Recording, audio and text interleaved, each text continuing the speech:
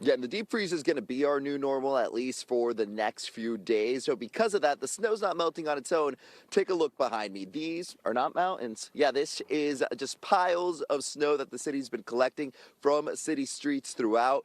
They have 37 snow storage sites across the city, like this one here in Fairhill. They're trying to move the snow, get it here to at least keep the streets clean while people are trying to get through and get back to their day-to-day routines.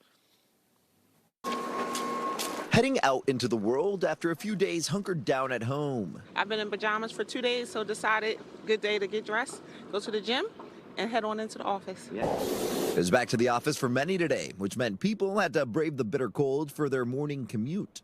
SEPTA's regional rail and bus services, they are back up and running with some occasional snow-related delays, like buses stuck in the snow, which is what happened in Nakia Hooks. Very frustrating because now you got to either call out, call Uber. It's just very, very frustrating.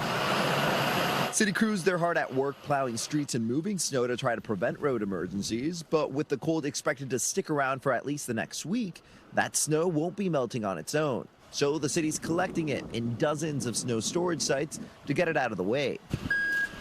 It's also impacting people's wallets since many are blasting the heat to keep their homes warm despite electric rates up this year and natural gas rates surging. You have to take the bitter with the sweet in the winter. Yeah. You know, the bills always are higher in the wintertime due to the nature of the cold weather. Right. But, you know, it's a million people are persevering and going through the same circumstance. So, you know, welcome to wintertime in Philadelphia. Now, a lot of people that I spoke to, they do say that they have their thermostats set so that when they leave the house, it's a little bit lower. Then when they come back, they make it a little higher again. But they are saying, you know, it's worth it. They'll pay the extra money. They just want to be warm when they get cold because it's so intense and cold outside.